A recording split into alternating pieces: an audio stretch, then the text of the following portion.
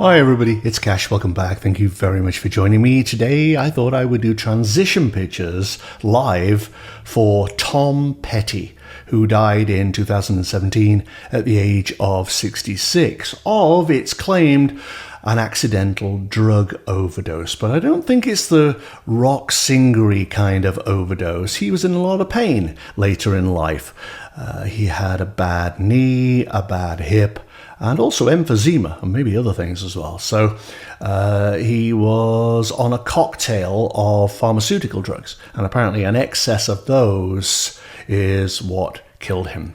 And it was about a week after he did his final show at the Hollywood Bowl, celebrating 40 years of Tom Petty and the Heartbreakers. Now, those who watch this channel regularly know that I don't know very much about music. I have heard I Won't Back Down and also Free Fallin', and I know that he was extremely protective of those, mainly because Republican presidential candidates seem to like using I Won't Back Down for their rallies. He maybe sued George W. Bush's campaign, or certainly demanded that they stop using that song, and I think his estate tried to stop Trump using the same song, which maybe is why Lara Trump, as bad as her version was, re-recorded it, because then they could use her version at the rallies instead. He came to my notice when he was in the Traveling Wilburys with George Harrison, Jeff Lynne, Roy Orbison, and so on. And they had a string of hits too. But aside from that, Tom Petty was successful in his own right. He came from an abusive home, I think. His father was an alcoholic and used to beat him up. And it was music that really saved him. He met Elvis when he was very, very young. He was lucky enough to do that. And then he saw the Beatles on television and thought, well, there you go, that's what I'm going to do. And he went into music for the rest of his life. He was also later on into transcendental meditation, which hints at a degree of understanding and spirituality that does, as you'll see, feature in the transition. I say that because, full disclosure, a couple of days before I do these, I go into the pictures to make sure, A, the person doesn't mind and I have their permission to do them. That's important. Sometimes they don't and there's no pictures. But also that there's something of substance there. And I did think, and we will explore this in a second, I did think that Tom Petty had a degree of spirituality about him. I'm very interested in that aspect of things and how a person's beliefs impacts their transition process and how easy it is for them to let them go. I also got his handwriting. Where is that? Here it is. And this, it's actually a signature, but on the face of it, it shows him to be fairly controlling, very creative, imaginative, as you would imagine, but very controlling. Like he wanted to maintain the balance of everything in his life for his benefit. Very aware. And this is what gives me hope for the spiritual side of this. Very aware. He had a certain magnified, augmented sense of where everything was going, how everything would fit into the plan he had. It was like he wanted to reach out to people. He wanted you to notice him, pay attention to him, to his ideas, to his thoughts, his creativity, I assume, given that he's a famous rock star. And yet, under all this, there was I would say latent, it could be dormant, sense of grievance about his youth. Like he had something to prove, and that's where the controlling thing came from. If I control my environment, if I control my world, then I won't be treated as an adult like I was as a child. And there was a certain amount of hidden, actually two things, grievance is one of them, but also pondering, like chewing over his early years. Like, what did this teach me? How far have I come from there? Am I a better person? What was the reasoning behind my father's behavior? And so on. It's very reflective, but doesn't necessarily hide the depth of his pain, which is definitely there. So I thought I would take a look now at his transition pictures. We'll walk through them together and see what comes. Okay, so let's see. Tom Petty. Oh, it's like he is floating on the ceiling, but in the corner of a room. You know the way abandoned helium balloons are after a party?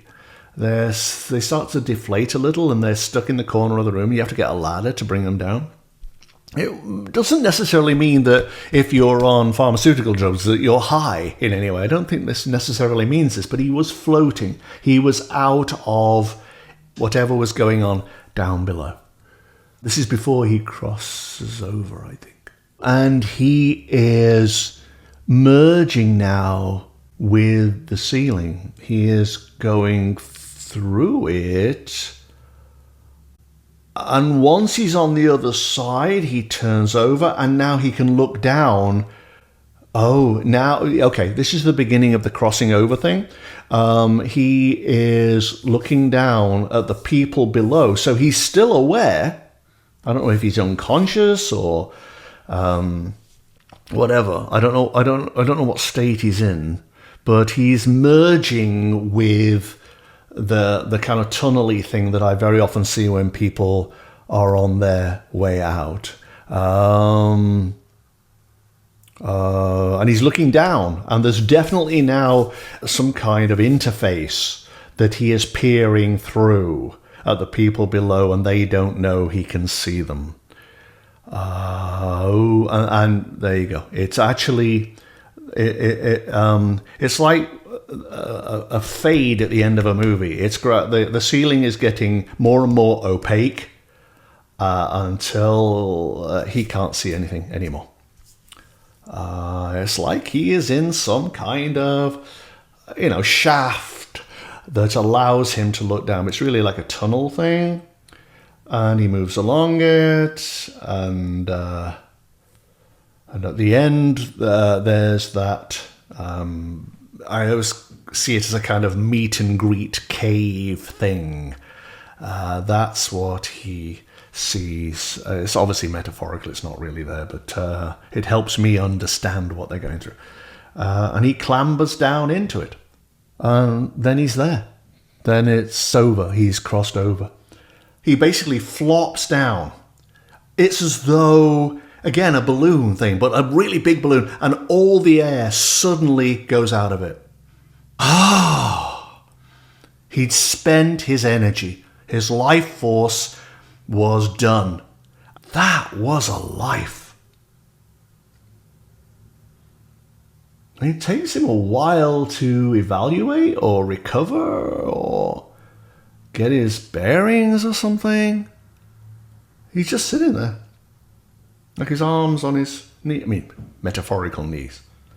This is all suggestive of how he is in his consciousness. Then he gets up. It's like he needed that. He needed a moment of allowing that to go and this to come in, whatever this is.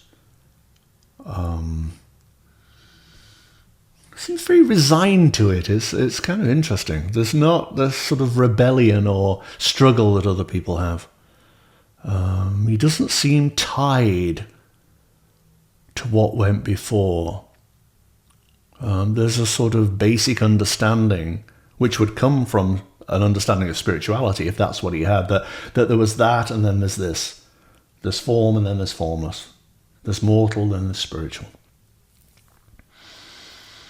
And now he just, it's almost like, have you ever walked around, say on a Sunday afternoon or something, you're just on your own and you walk around the streets just with your hands in your pockets, mulling things over, considering a problem or making plans or whatever it is. Have you done that? I do that a lot, way more than I probably should, but that's what it feels like. He's sort of as if he had pockets, which of course he doesn't, but it's like if you had pockets and you're just wandering around aimlessly, ambling, thinking of stuff randomly. That's his approach. Even as he enters this tunnel that I always see, there's always like a tunnel that they go up. Even then, he's just ambling, thinking, pondering. As his consciousness dwindles, I suppose. He's just tying up loose ends. Emotionally, psychologically, and so on. Yeah, just Moses. Is that what America says? Just Moses along. And then there's a light usually at the end of the tunnel, like a dome. Some people go there directly, some people don't. He reached the crest of a hill. The tunnel kind of crested about 4/5 of the way up. And he had to go over the crest. It's like the future for his spirit was gradually being revealed to him. The glory of grace and the feeling of unconditional love was gradually being revealed to him. The more he let go of his thoughts about what had gone on in his mortal life. He approaches the ridge, the crest, to go down the other side. Oh, he stops. He stops. He stops, and just as he's about to go over the other side, he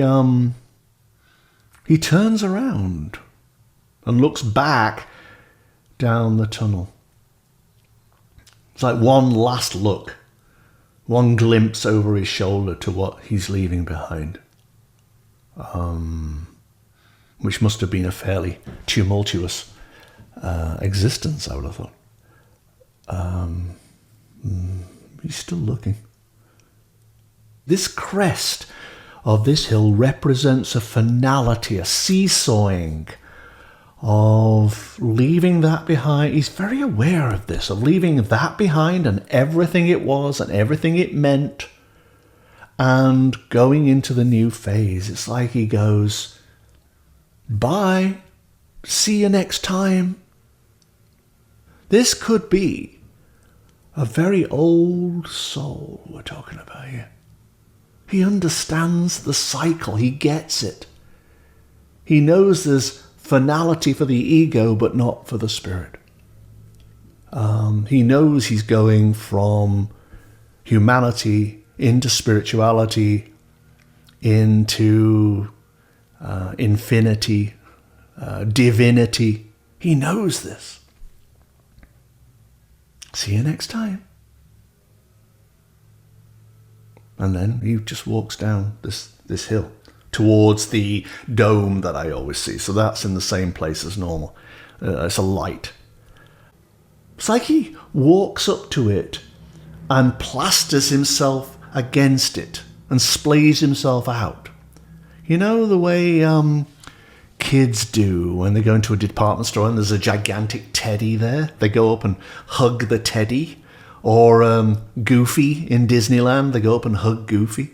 It's a bit like that. It's like a sort of nice to see you, old friend. I recognize you and you recognize me. It's good to see you again, old friend. No fear, no trepidation, no worry, just understanding. This guy must have, even if in real life he showed no signs of spirituality one bit, at a subconscious level he knew. He knew what he was, that he was a shard of the divine, a splinter of the divine, an offshoot of everything. He knew this. And all it was a cycle, and he was back home ready for the next go around. Goodbye to that. See you next time. And away we go. And it was almost like a crack appeared in the dome. And from being on this side, he just stepped in and he was on the other side. And totally contented. I don't get any kind of disturbance or anxiety or anything. And that was it.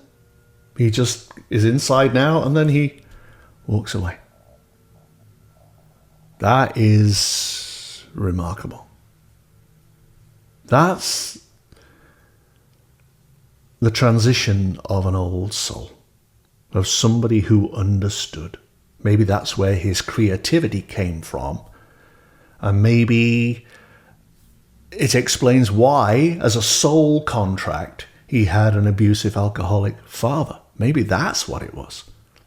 I will be in your life as your father to do this, to say this, to make you feel this. And it will be like a catapult propelling you towards greatness. And the more you try to rationalize my behavior, I'm speaking as his father now, the more you try to rationalize my behavior, the more you will come to understand life and the process. And you will find your way. That's our soul contract. That's what this felt like. And by the time Tom Petty died at 66, despite all the physical issues he was facing and the pain,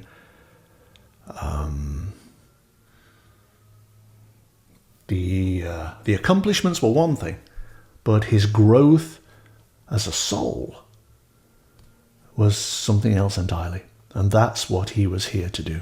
Not to win awards or to appear on Saturday Night Live or to tour with the Traveling Wilburys or whatever they did. I'm not sure if they even toured, but not that. All that stuff is just the mortal stuff. And he appreciated it. But it was like, okay, that was that. Now I am decompressed. And we move on. We could all learn from that. And all learn to be less attached to what we have and who we have and where we live and what we own. We could just let go of that or get a perspective on it that doesn't dominate our lives and go, that's that. And now I'm on to this.